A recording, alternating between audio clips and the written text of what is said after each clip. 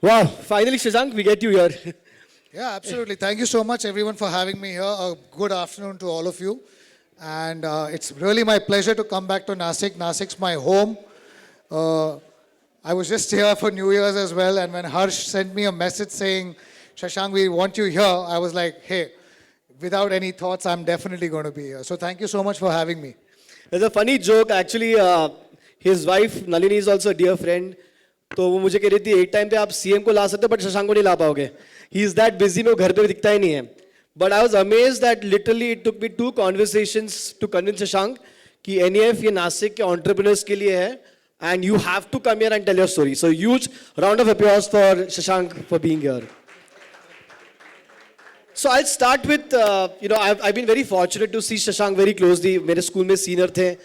So I saw his journey from being a school sports captain to being one of the most leading, I would say, best student at Whistling Woods to now an award-winning director. So Shashank, I want to understand how this journey has been from Flower Sheet to Whistling Woods to now an award-winning director. I don't think so. People have so much time to go over the entire journey. But I think I have always believed Nasik is a very special city. That's something I've always held in my heart. And I think the kind of backgrounds we grew up in a very cosmopolitan background. Growing up in the school we did, and they were very simpler times, right? So we lived in a time where you didn't have troubles like kaun se school mein admission lena hai, or you kind of grew up in such a liberal atmosphere, specifically in Nasik. It kind of gave you a great worldview of what you want to do. And I think we are so organically situated, so close to Mumbai, that you always kind of were in a small city, but yet you were so close to a big metro and you had bigger dreams. So I think what was really great about Nasik is it gave me a great foundation. It gave me the heart of a small town boy, but it also didn't make a big city unachievable. So growing up, I always kind of felt that I'm going to retain these values that I've learned in this city, but I'm not going to be any lesser or inferior to when I go to a bigger city. And for a lot of people, it might sound alien right now because there is so much social media, and especially the younger people. You don't understand what the first impression was when you entered Mumbai as a Nasikite for the first time, when you had no social media, no images. You were just intimidated by the big buildings when you went there for the first time. So in those times growing up, I think Nasik gave a great foundation, my education, the fact that there was no traffic in the city, everything was close by, you could do so many things. I remember so many classes as an athlete. I was playing so many different sports in just one day, which actually in Mumbai you might require weeks to do. So I think all of that fundamentally trained me and kind of gave me a real strong foundation in terms of my value system, and yet allowing me to dream as big as I can. Well, that's very inspiring. Out of all this, which you think was the defining turning moment of your life? Like, okay, this is what I want to do in life. Because I think your first endeavor in industry started with a YouTube movie. You posted a movie on YouTube, and that's how it started. But what was the defining moment of your life, saying that okay, this is what I want to do now? I think two defining moments. One would be, first of all, definitely a film that inspired me the most, and I think that was DDLJ. Dilwale Dulhania Le Jayenge. I think when I saw that film, before that I was very clear I want to be an athlete. And of course I belong to a Marwadi business family, so my family always was like, ye business karega. But I think I always wanted to be an athlete. I was pursuing to be a tennis player. I played cricket for some time. But that was the first time an alternate profession came into my head, that I might as well, movies can be something that I'm interested in. Athlete banna bahut difficult hai. It requires planning right from childhood. Like if you have to be an international athlete, you need to be focused from age 8, and you have to be driven with only one goal. And unfortunately for me, I didn't have that much exposure. So by the time I realized the things I had to do, I was already 17, 18. So post that, when it came to a point where I was dancing actually. I'd become a professional dancer. I was teaching dance in multiple cities across India. And then it came to a point where I had to choose between an MBA or a film education. And I think that's where I had to decide. And that's where my parents played a very important part. Nalini, who's my wife, and you've mentioned, she was then almost my fiance. Collectively, we sat down and said, okay, I need to take one professional degree. It's either going to be an MBA or it's going to be a film school education. And they all kind of supported me in saying, okay, if you're so passionate about the movies, please go and live your life. And I think that was a defining moment. That was in 2006. And when I decided to go to film school, from there was no turning back. So it was like, okay, now I just need to do this. So I need to give my 100%. So I think that became the turning point of my life as a filmmaker. Oh, quite interesting. So Whistling Woods, you think was the foundation which really helped you understanding that acting or direction or what sector you want to do? Absolutely, because I think before that it was just I was dancing and I had some dreams. There was no structure.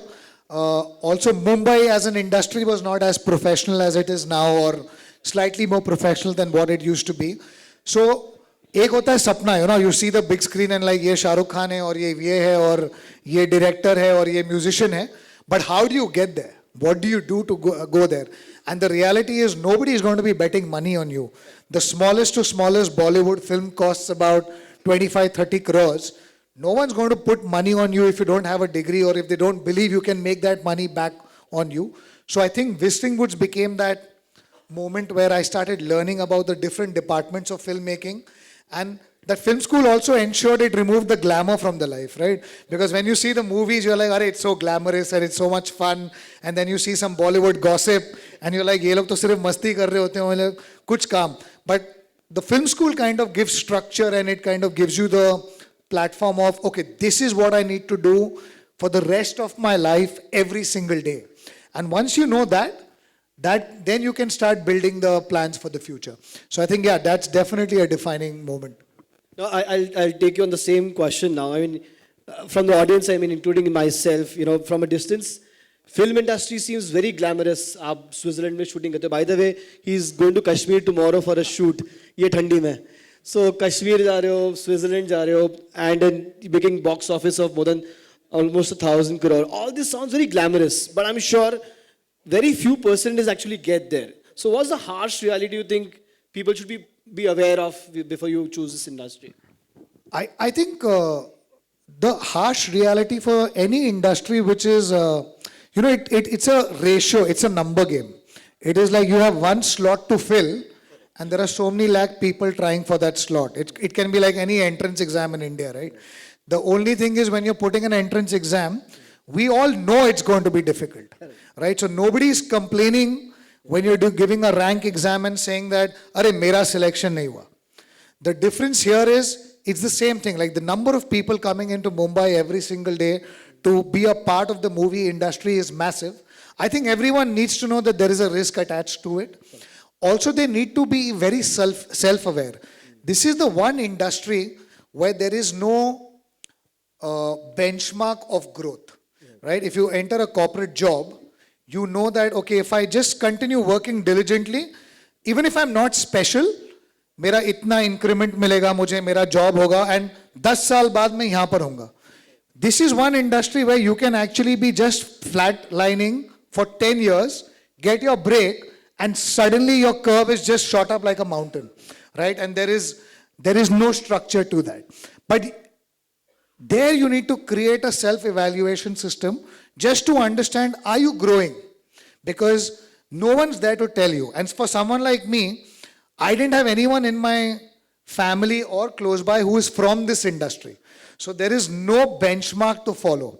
So I need to create a own evaluation system after every 6 months that have I progressed or have I gone back a few steps? Am I heading towards my goal? So you have to be very, very self-critical and very honest to yourself. This is one profession where you can't lie to yourself. Like, I might come to Nasik with my last release and everyone's going to be kind to me, right? In this forum, if anyone's going to meet me, they're not going to come and tell me, oh, I hated your last movie. They're going to be nice and kind and say, hey, we love your films. You need to be very self-aware about what you have made, and not from a box office perspective, from a structure, from a creative perspective, from the perspective of a creator, and be very self-reflective on that. so that you know that you can make your mark. So I think the one thing which never changes, whether you've got your break or not, is the fact that you need to learn to self-value yourself and have an evaluation system for yourself. Talking about the value system and the valuation of generally in business. So now, since pandemic, I think there's an outrage of OTT, and there's the whole economics of movies has completely changed. So what's your take? Is it an enabler to your filmmaking industry, or is it going to kill the theater business? How do you look at it? What happened with the COVID, the change which was supposed to happen in 10 years, it happened in 2 years. So basically what COVID did is OTT had already begun, but we weren't reliant on the OTT platforms. We were still theatrical and they were finding their place and we were trying to understand them. Unfortunately in COVID, because everything shut down, everything that should have happened in the next 5 to 7 years literally happened in a few months. Honestly speaking, we have still not recovered from that. I don't think so. We have recovered socially from it, economically as a nation from it, and definitely not from a planning and ideation point of view. So I think we are still too early to answer this question whether theaters will shut down or OTT will become the almighty. But there is a reality that everything is digital today. There is ads are moving towards it, marketing is moving towards it, careers are moving towards it. You have podcasters who are making careers, you have influencers who are making careers. So I think we are still trying to understand how to coexist or whether we will be able to coexist. Definitely OTT platforms are now very, very important, even in terms of the business perspective. Like, you need to know that this film can be sold to an OTT platform even before lighting it. Otherwise, you cannot take that risk. Earlier, this responsibility was shared by satellite, right? So like ZTV, but now Z5 has become important. Similarly, Netflix and Amazon have become important. So from a creative perspective, you now need to start understanding what you are creating. And the audience for everything is different. The kind of people. So I would say a lot of us who belong here or are sitting in the room, we form a very small percentage of the theater going audience. We also form a very small percentage of people who watch OTT and other platforms. Very different people are watching different mediums. As a creator, I need to be aware of this, but that cannot influence the story I want to tell because ultimately I'm a storyteller. I need to be able to find the story I want to say, but then based on the medium, I need to figure out what craft I need to use to tell it. So for example, I might tell a story about, say, Bihar politics or Maharashtra politics. If I want to release it in theaters, I might add an item song. If I want to release it on Netflix only, I might not add an item song. I might get into bigger realities of it. So I think you just need to understand the audience which is going to kind of use it. Like I'm right now at this platform. I know it's a business platform and an entrepreneurial platform. I need to answer my questions about this. The same question can be asked in film school because the film school audience which is watching it are creators. So now I need to answer the same question for the creators. So I think you just need to know your audience, but ultimately the only thing that works is authenticity. So as a creator, I need to be very authentic and then understand that this is the budget of the movie. Be very, very careful about money. And if I can do these two things correctly, I think I'll be fine. Interesting. Audience में यहाँ पर I think maximum entrepreneurs बैठे हैं. I think pressure सबको है. एक customer से या बॉस से एंड लॉट ऑफ टाइम आप करते हो बिकॉज प्रेशर है सो इन योर केस जब आप you take a project do you really look at this as a 1,000 crore 100 crore project या you look at the creative aspect as is first choice to make when you choose a project? I mean, generally speaking, nobody can predict numbers in the thing. As filmmakers, I cannot influence audiences. As a filmmaker, I can put my material outside and hopefully excite audiences, right? And if an audience is excited seeing my material, they will choose whether to come to a theater or to log on to Netflix or Amazon to see the project. So I really can't influence decision making. I can try and create something exciting. So when I see a project, there's pressure everywhere, right? I mean, an entrepreneur is working on pressure. I think as filmmakers and today just generally because today we have 100 crore club, 200, now it's become 500, now we are saying 1,000 crore club, Similarly, in the entrepreneur world, we are talking about 1,000 crore, 2,000 crore, unicorn, all of this. I think you need to know which industry you are working in. And in that industry, are you going to survive long time because of valuation or actual cash in the bank? So are you going to be creating a corpus of fund or are you going to be in a valuation game?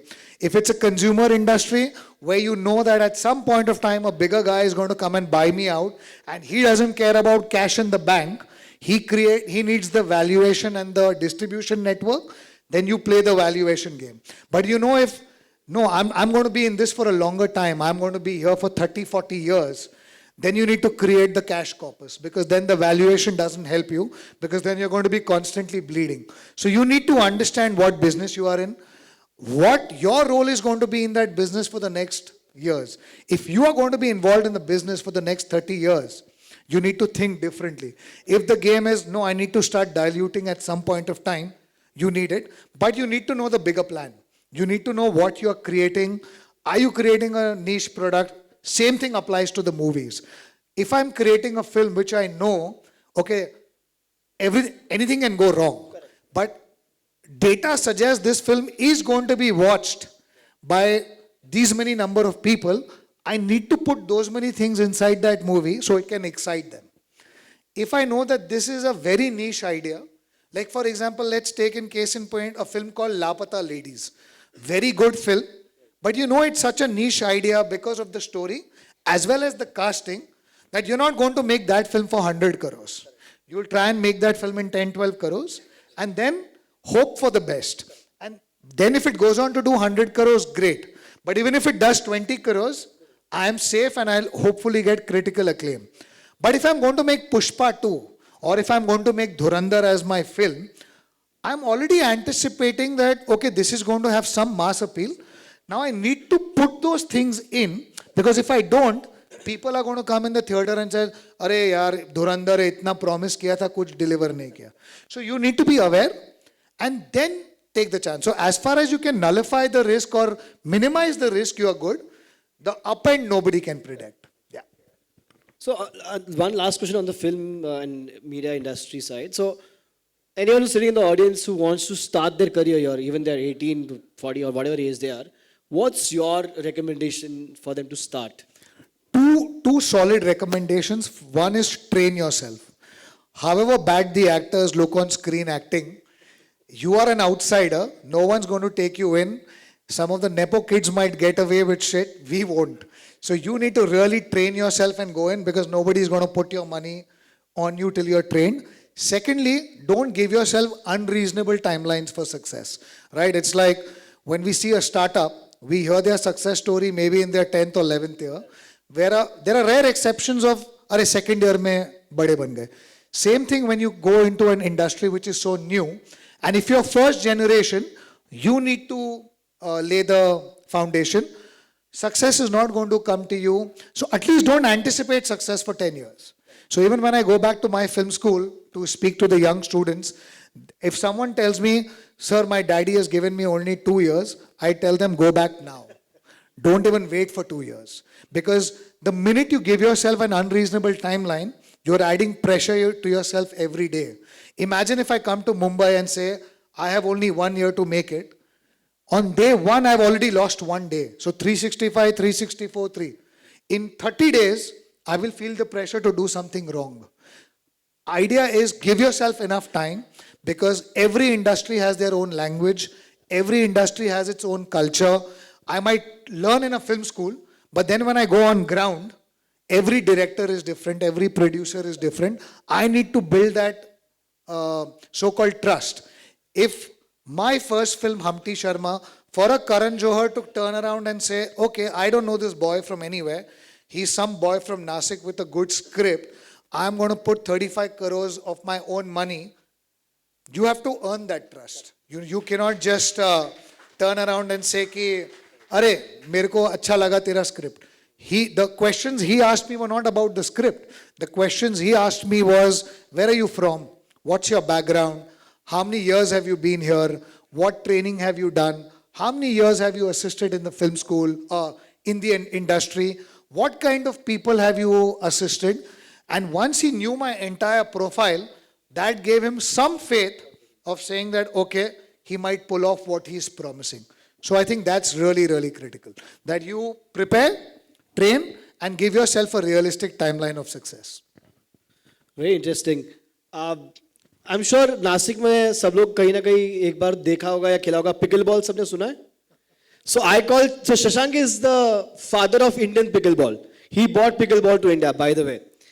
So I didn't bring it here, but yeah, we did help make it popular. So I used to candidly say कि शशांक हर 2 साल में एक hit film तो कर रहे हो, तो entrepreneur का कीड़ा कहाँ से आ गया? I mean you are doing so well.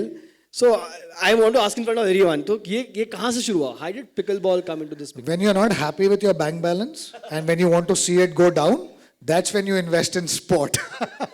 So everything that you make, it starts going down slowly. But no, I've always been an athlete. I started playing tennis.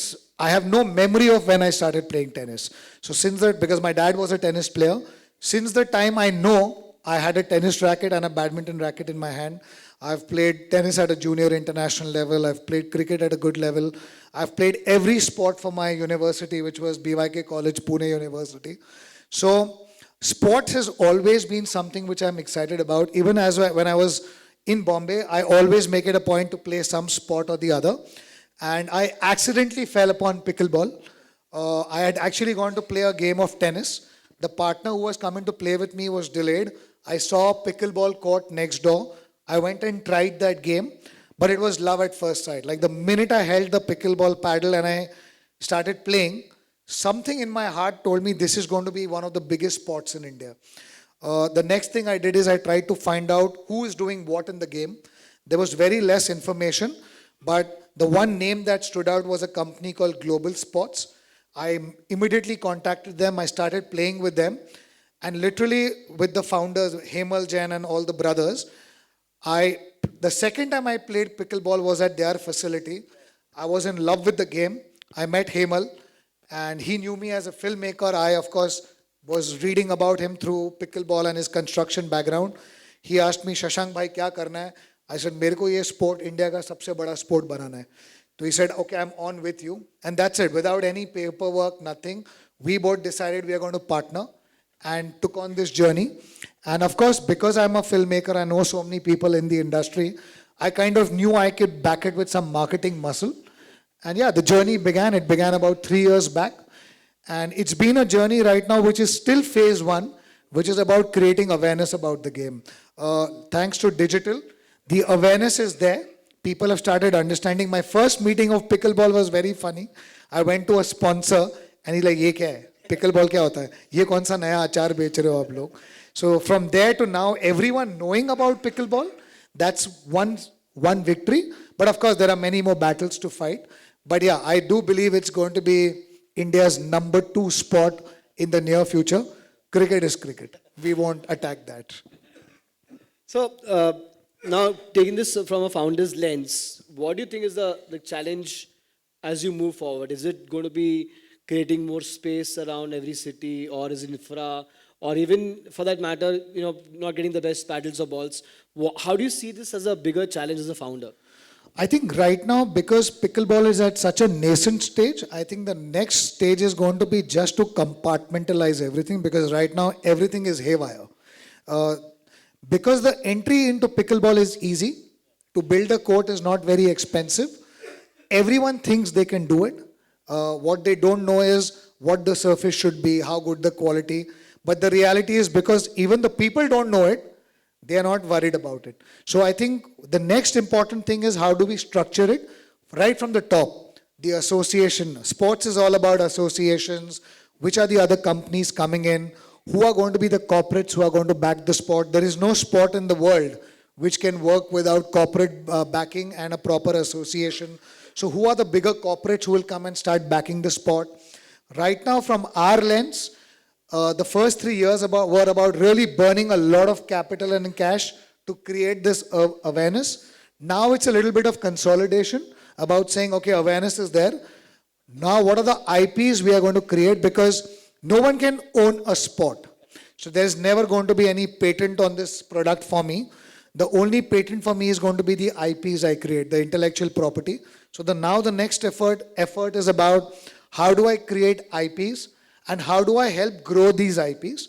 And now, as I said, is about this phase of consolidation, ensuring that I'm not just a value bubble, but there is actually money in my company. There is a corpus. Everything that we are building is profitable. And so now we are working towards that. The first 3 years, we didn't mind if our balance sheets were in the red because we knew we are really spending a lot of money in the marketing. Now this year, and not March 26, March 27 goal is that we should be in the green. Anyone who comes and sees us, with everything we have created, we actually are a profitable company. And once we achieve that, the next 5-year plan is really to consolidate all those IPs. By then, we are also making a very strong play in infrastructure. We really want to support any place in India. So Global Sports initially was just doing work in Mumbai. Now we have started making facilities in Delhi, in Ahmedabad. I'm in talks in Nasik. We're going to come up with facilities. Also because we've been successful in creating a league and some other IPs, now we want to take them and start going to different cities. So like if I bring a league here, more Nasik people will get to see what a league looks like in pickleball. Hopefully that will start funding growth. We've made investments in Dubai. We've started 2 facilities over there. So it's just about growing pickleball so that from a buzzword, it actually becomes a concrete story. And for any sport to survive, everyone who is part of that ecosystem should be able to make money. So for example, if you start a facility here, you need to make money. You need to put a coach. The coach needs to make money. You put a cafe over there. The cafe guy needs to make money. Then the players who come there, they need to start winning. They need to make money. So once everything starts funding itself, that's when we'll see substantial growth in the business. So yeah, this phase is really about not just using my money, but putting more people in place and ensuring that the game overall grows.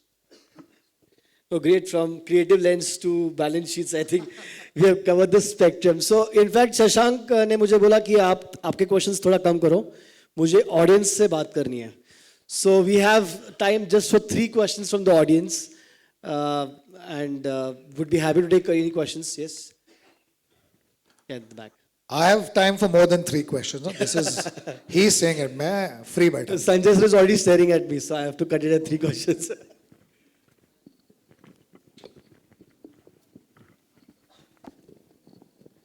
Shashank, good afternoon. Good afternoon. Myself, Mangesh Gandhi. My son, he's an electronics and telecommunication engineer, and he's just coming over to see you. He's a big fan of yours.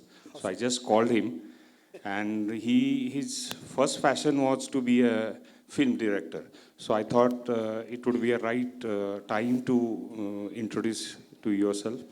And on that basis, I was slightly confusing whether I should make him pursue the film direction, or you can say what are the artificial intelligence job he is doing right now, which is you can say the out of our, what you can say, my family background doesn't allow. From that aspect, what suggestion you would put to him?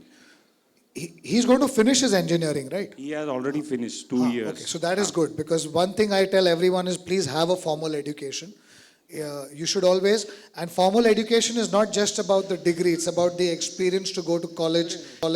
It's about the experience of all the struggles that come along with it. So I think that is critical. I mean, whether he should be a filmmaker or not are really dependent on 2 things. How passionate he genuinely is, because that's a lot of work. I love movies is not passion. Am I ready to put my heart and soul in trying to learn the film industry and go and work and really put my efforts into it? That is really the kind of work you need to understand, that am I willing to do that? Because the 2 most overrated words in the world are passion and hard work. Every assistant who ever comes to meet me says I'm passionate and hardworking. That's not even a skill set anymore. So you need to have skills, right? So if he has to become a director, he needs to create those skill sets for himself. Unfortunately, fortunately, that won't happen until unless he goes to film school or he puts a dedicated effort. Luckily, today there is YouTube and 10,000 things where he can learn. But he will have to do that effort. He will have to sit, learn, maybe take a camera phone. I mean, life has become much easier, right? We didn't have cameras on our phone when I wanted to be a filmmaker. We had to find a handycam or something. He can do it on that. He can learn AI. He can do 10,000 things if he actually wants to become a film director. But he will have to do it. Now, he can do that by quitting everything and doing it, or he can do that along with a job or he is doing on the side learning. He might take 4 years to become prepared. But that is something he will have to do. Luckily today you can become an influencer and then go in. You can create short format content on Instagram, get recognized. There are many ways to do that. But it boils down to, is he ready to do the work? Does he really want it that bad? Because even as a filmmaker, life is getting very tough, right? I'm competing with an influencer today. Because you might be on an Instagram reel and check content for 30 minutes. That's 30 minutes of viewing time taken away from a filmmaker's life. So I am competing. And the competition is not fair. If I want to shoot a movie in this hall, I have to take permission, I have to pay rent, I have to get a crew, do it. For an influencer, if he sneaks in, shoots a video, goes out, he's done it for free. He's done for zero cost. So, but he's still doing his work. So even for me, I need to keep asking this question to myself, do I want it that bad? Do I still want to be a filmmaker that bad that I'm going to fight all the odds? So I think that's the first question he needs to answer. And second is a financial reality, right? What is my holding position? For how long can I sustain without making money? If I have to become a genuine filmmaker, I have to live in Mumbai. Mumbai has a reality of expenses. Every life is different. My background is different. Your background is different. Everyone needs to look into their own life and say, how much time do I have? And based on that, take decisions. When I joined film school, I joined a film school called Whistling Woods International. In 2006, the kind of fees they were taking was unheard in India. In 2006, they were asking for some 12, 13 lakh rupees as your fees. It was unheard of. Nobody knew. So when I did my math, I was actually calculating that every day of my life I'm spending 2,000 bucks just to be in this campus in Mumbai. That's the kind of hard work I need to do, because every day after that, it's going to be add-on expenses for my life. So how do I work hard to ensure that? So you need to do the calculation for yourself and say that, how am I going to survive in Bombay? What does it take to survive in Bombay? That's everyone's own journey. And then take the call whether I can take that risk or not. Everything is based on risk. It's like the same guy, right? I'm in a job, do I start a startup or not? At some point you need to take the risk. You need to know whether you're ready for it. And honestly, I think it's a calling. When I was sitting and deciding between an MBA or this, I actually had admission in an MBA college. But I was like, अब मैं यहाँ जाऊँगा, मैं 2 साल और यहाँ पर MBA करूँगा, फिर MBA में मेरी placement होगी, फिर मैं कुछ job करूँगा, फिर मेरा 2 साल और जाएगा. Am I willing to spend 4 years of my life doing this? Or am I ready to take the risk right now? Of course, there were certain circumstances which were favoring me and I could take those chances. So I think everyone needs to risk evaluate their own life. But it begins with saying that, are you ready to do it? Does he want it that bad? Is he ready to spend sleepless nights? And I think one thing which is common between a startup guy and creative people, are you ready to get insulted every day of your life? If you're not ready to get insulted every day of your life, don't go there. And in filmmaking, it's even tougher because every insult feels personal. जब business fail होता है ना, कोई ये नहीं बोलता है कि ये आदमी बुरा था. अरे इसको business करना नहीं आता है. When a movie fails, people actually says he's an idiot. Right? If I put something in my movie which is controversial, it kind of starts reflecting on my value system. So for a filmmaker, most criticism is personal. I have to learn to remove the personal out of and say ki they are not calling me an idiot, they're calling my film an idiot. I'm fine. I'm still the same person. So if you're not ready to get insulted, don't go there. If you're not ready to, and that's the reality of all these businesses, right? Whenever you're on your own, someone's going to try and put you down. So if you have that risk-taking capacity, you really want it that bad, and you don't mind being insulted every day of your life, you can take a shot, for sure. So what impresses me, other than your work that you do in the movie, is Mahavir and Shashank both, their humility, their staying away from that hustle and bustle and flash, and their ego down to zero, and that humility. So I don't know how you keep it, but give a very big round of applause for that character that he has. Thank you. It's simply amazing. So I have a 30-second question because we have to wrap up. Sure. And you may have already answered that. So one decision that's from the entrepreneur's point of view that you had in your life, that you took and it changed your life for whatever. As an entrepreneur, As an entrepreneur, as a Bollywood, or anything that you chose as a career or whatever, that you chose to go to Mumbai, for example. Right. But it changed your life forever. I think the one thing that I follow to my heart till date is I do not try and ape anybody's journey. Because every life is different, everyone's background is different. I have never asked any filmmaker or any entrepreneur, how did you do this? Except the technical parts. How did you cut short your journey? Because most people actually who are looking for an answer or a suggestion, they want to cut their journey time. If you became successful in 5 years, I want to learn from your experience and become successful in 2.5 years. Yeah. I never tried doing that because our lives are not the same. We both are from Nasik, but our lives are not the same. So that's the one question I have never asked anybody, that how did you do this and how much time did it take you? Because those are two useless questions I've realized. I am very clear that I'm going to have my own journey and I'm going to live by the good decisions I make and I'm going to live by the bad decisions I make. But I want to keep my value system clean. I want to be disciplined every day of my life. And I want to take, calculated risks so that I'm not pushed down to the ground. I don't mind taking a loss in the film world or the business world. I don't mind making a bad film. I don't mind taking bad business decisions. As far as I'm still on my feet, I know I have enough training to fight back and come back, and I don't need anyone's so-called journey suggestion. I'm happy to take guidance, but I don't need to know how this person did it in 4 years. I'm okay with that. Yeah, again, what impresses me is your thought process. I know you didn't go to IIM, you didn't go to Harvard. I've taught dance to all of them, by the way. In Ahmedabad, I've taught IIM people how to dance. I've taught dance in all the big schools in India. And I think that's been my greatest lesson, because when I used to go to learn, teach dancing, I used to start my dance classes in Nasik on Friday, Saturday, Sunday, take a bus to Ahmedabad in the night, on Sunday night, start classes on Monday, Tuesday. Tuesday night, take a bus to Baroda, classes in Baroda Wednesday, Thursday. Again a bus back to Nasik Friday, Saturday, Sunday. I've done this for 4 years of my life. So it's trained me. A big round of applause. It's really trained me to, and in the meantime, I would teach all these guys dance and they would actually tell me, "Arey, you have great communication skill." I said, "तो मैं MBA करने नहीं आता हूँ फिर, क्योंकि मैं तो सीख ही गया हूँ."